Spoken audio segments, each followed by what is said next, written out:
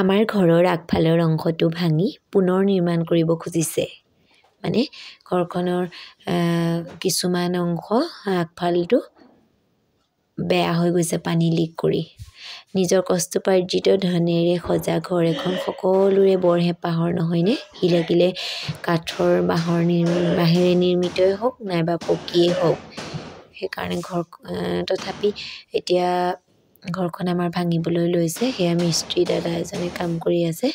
বৰ্ডসমূহ এৰুৱাইছে কিছু অংশ ভাল হৈ আছে যদিও সেয়া ৱালবোৰ চাওক একেবাৰে পানী লিক কৰি ভিজি অৱস্থা নোহোৱা হৈছে সেইকাৰণে আৰু খিৰিকীৰ চৌকাঠসমূহ পচি গৈছেগৈ এতিয়া উপায়োতো নাই এই ঘৰখন আজিৰ পৰা প্ৰায় 20 বছৰৰ আগতে হেনো আমাৰ বাবাই অৰ্থাৎ মোৰ শহুৰ দেউতাই সজা ঘৰ নিজৰ কষ্টৰ উপাৰ্জনেৰে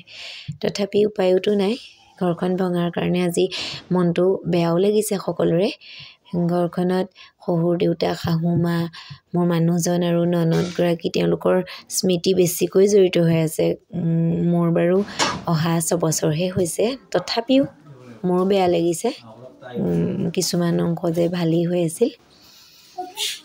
উপায়োতো নাই এতিয়া সেইকাৰণে ভাঙিবলৈ লৈছে আৰু 2024ত আমাৰ ঘৰখন ভঙা বুলি স্মৃতিটো ফেচবুকতে ৰাখি থওঁ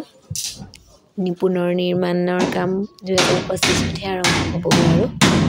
কাৰণে চাবলৈকে কেতিয়াবা আগতেনো আমাৰ ঘৰখন কেনেকুৱা আছিল স্মৃতি হিচাপে ভিডিঅ' এটা কৰি ৰাখিলোঁ বেয়া হৈ গৈছে আৰু